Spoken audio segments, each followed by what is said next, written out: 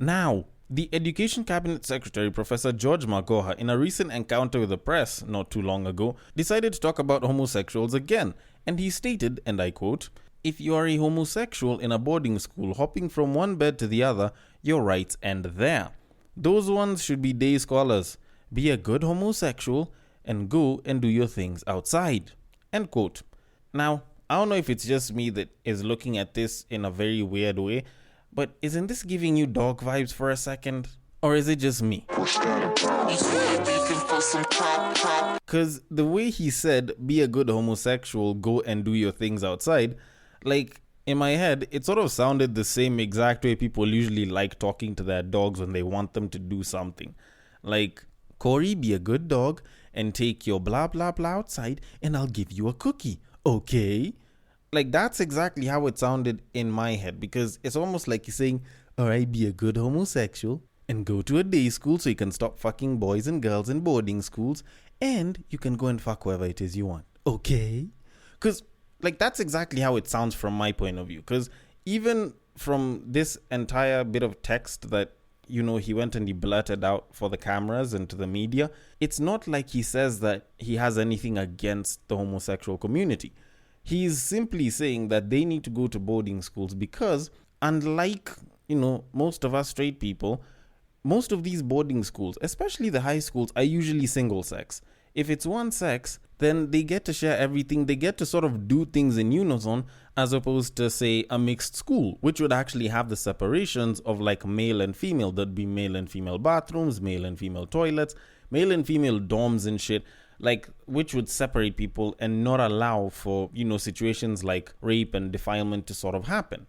But when you're in a single sex school, a homosexual is more or less in that position to do that. So now it's literally left that person's discretion in terms of who they want to fuck and whether they want to fuck, pretty much on their own shoulders and, you know, their physical strength and strength of will. So if this person wants to forcefully sleep with another guy, then it's pretty easy for them to do so, because there's a lot of private situations to do that. And actually, speaking of which, there was a recent case of sodomy in a high school. Like, there's cases of this shit happening time and time again. It's just that people don't report them as much. And I can clearly see what the cabinet secretary is trying to do here, but the LGBT community don't feel that way. And a bunch of them are coming out and they're talking about how it's inhumane, and, even kids from the LGBT community should be allowed to go to school normally and shit. But he's just trying to protect a lot of other people that might not have the choice or the physical capability to fend off someone's sexual encounter in a situation where all of you are in a controlled environment, but, you know, you're also free at the same time. Although, considering that quite a number of the people in the LGBT community are woke-activists and really like talking quite a lot of trash to us guys, especially us straight guys, you know, because we're usually the targets of most of this shit. I don't know. How does it feel to be on our side of the table? Does it feel good? You know, does it feel like nice to be on the side that has to fight, you know, to prove that they're innocent? Because if someone was to say that, oh, you know, we're having sodomy cases, normally people would be like, no, but it doesn't represent the entirety of all of us.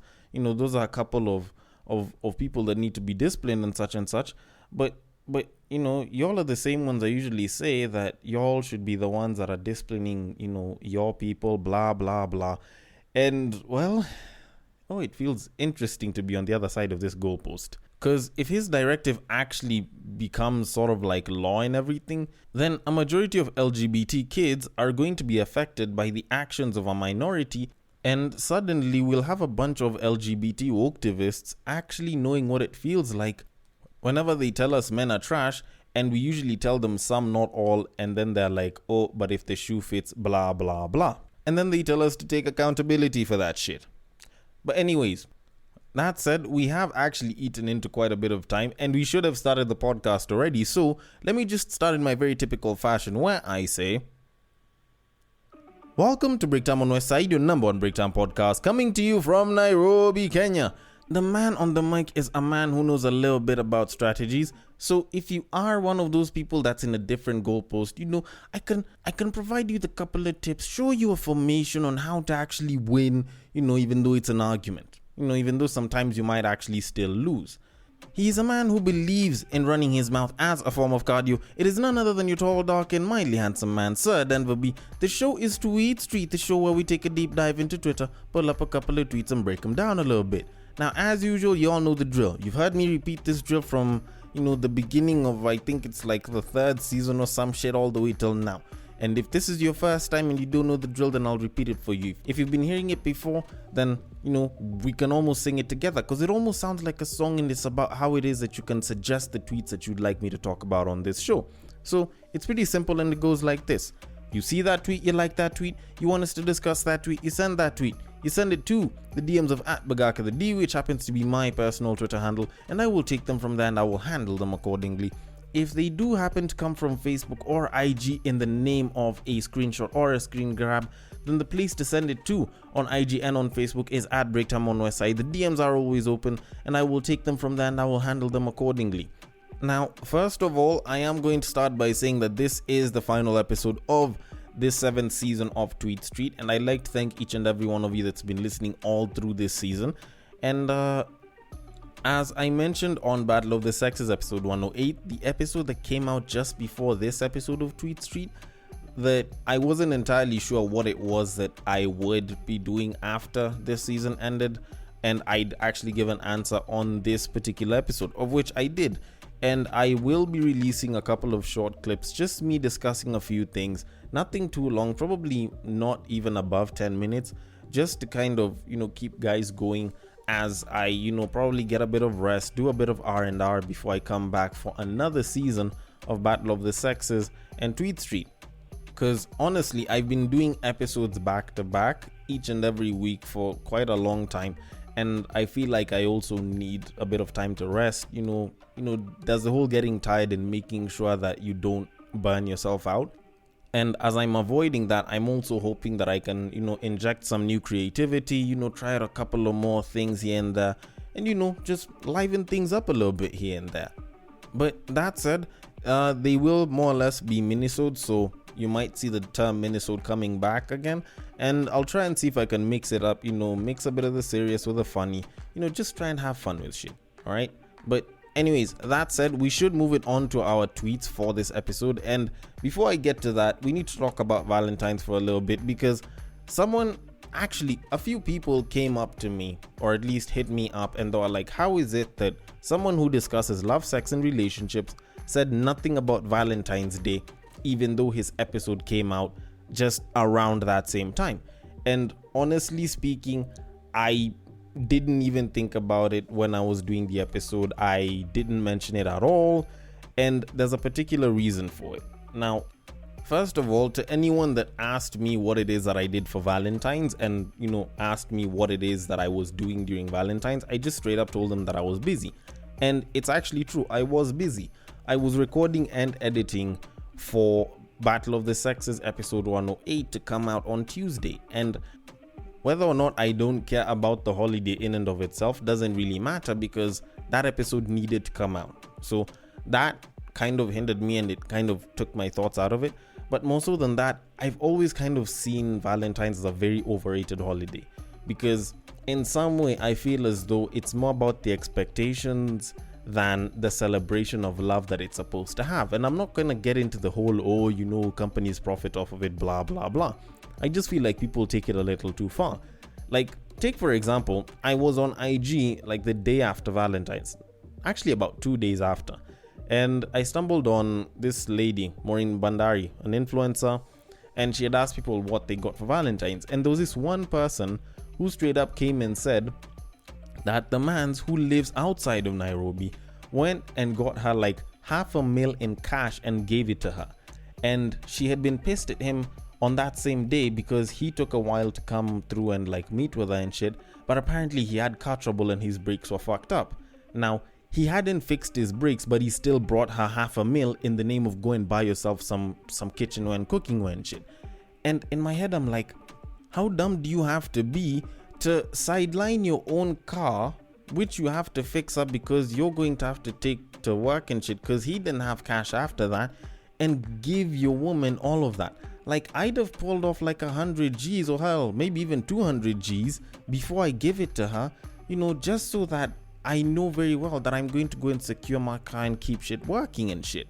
But people have given Valentine's this huge level of expectation that it almost has more expectation than your very own birthday. Because I know for a fact that if, say, you as the guy are unable to like get something for your girlfriend or give them an experience during their birthday, you can go and apologize and be like, all right, I'm sorry, I wasn't able to do blah blah blah, times have been hard for me and I didn't have guap to do blah blah blah. And she can understand. It's actually something that she could understand. But when it's Valentine's, people are like, oh, why couldn't you even get her chocolate or something, or a flower? And you're like, do you care that shit might actually be hard on my end, that I might not be able to get something for her? Is the fact that I get something for her, I get for her a gift of whatever sort, more important than whatever well-being is there? Like, even though her love language might not be gifting, I'm expected to give her a gift.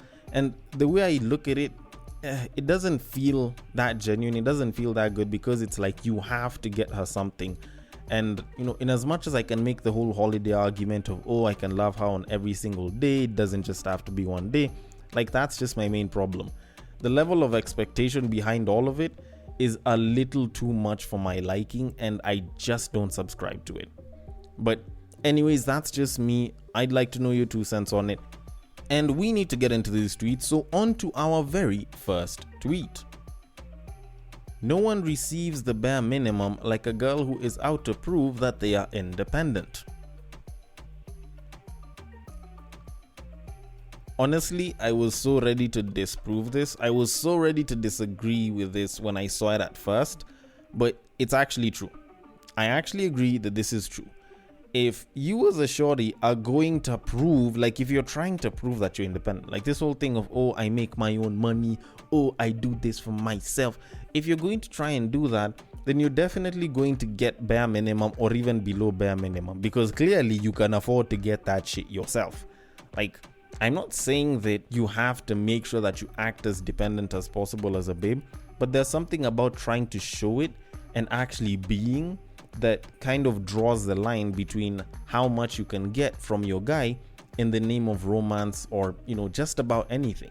And there's this huge misconception that some people have that guys don't like an independent woman, which I think is very, very misleading. It's not that we don't like an independent woman, it's just that, is your independence the only thing that defines you?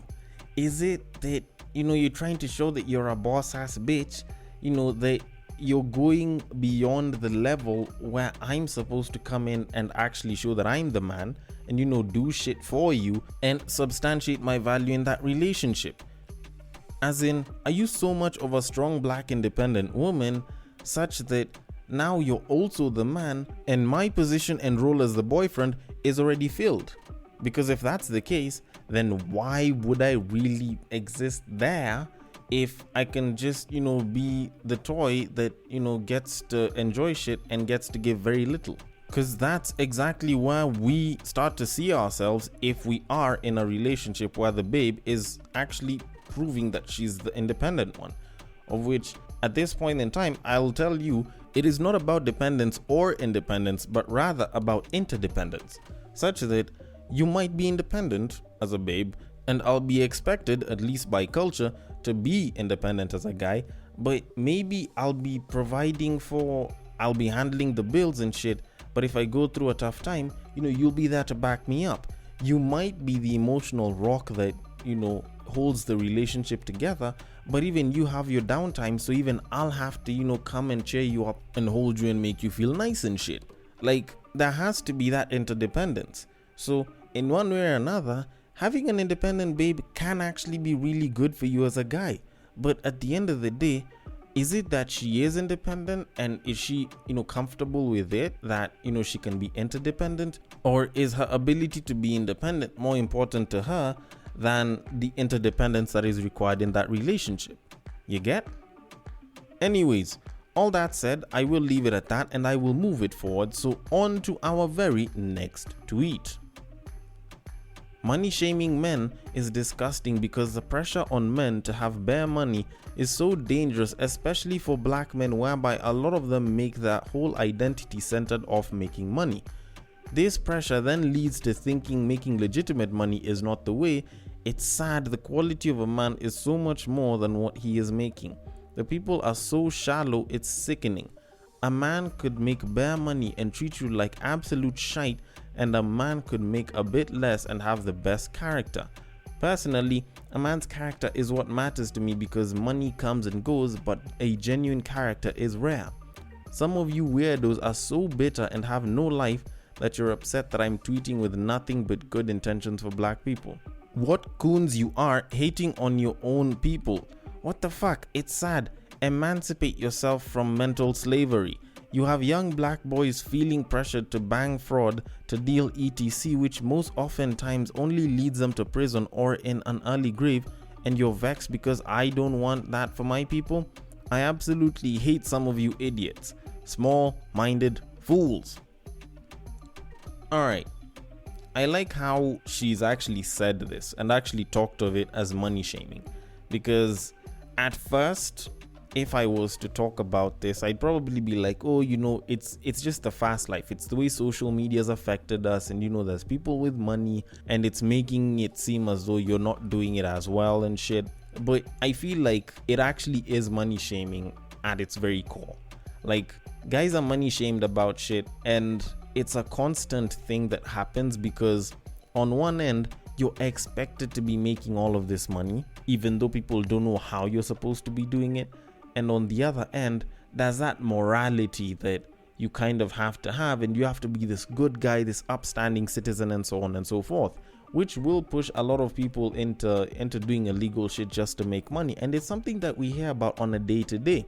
Like, there was a very recent wash rush scandal that came out in 2021, which involved a lot of people who are in the coast, a lot of people who are in Nairobi, and people who are in Kisumu as well, among other smaller players and shit. And while I do get that money shaming isn't only for women or only perpetrated by women, it's done by guys as well, I feel like it actually comes from two distinct set of people. One, there's the people that want you to join them in doing whatever illegal activities are there. Or two, it's people who want you to finance whatever fast life they'd like to live, simply because they don't want to do it, probably because they're too chicken shit to actually try it themselves. And those are the people that actually end up becoming the money shamers. Because a lot of the babes that will money shame a guy, it's not like they can afford the same shit. It's not like they can get the same car, buy the same house, or even rent the same house, even for a day. It's not like those people can take themselves on such trips. They're waiting for a guy to do that for them. They're waiting for the guy to pay for those expensive dinners. They're waiting for a guy to buy them Moet and Chandon and shit. Get them bottles of Dom Perignon for like the anniversary and shit. And yet they can't buy this guy so much as a pair of socks.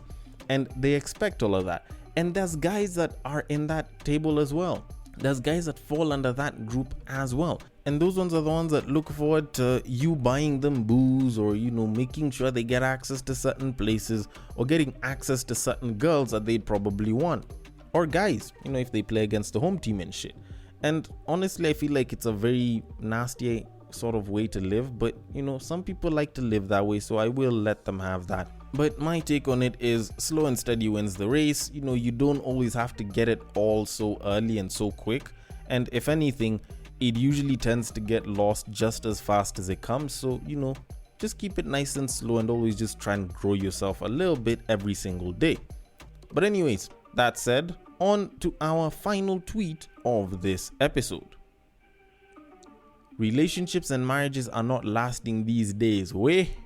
Sasa, what is love? And then people are hurting each other in some way that is just so bad. Actually, in some ways that are so bad.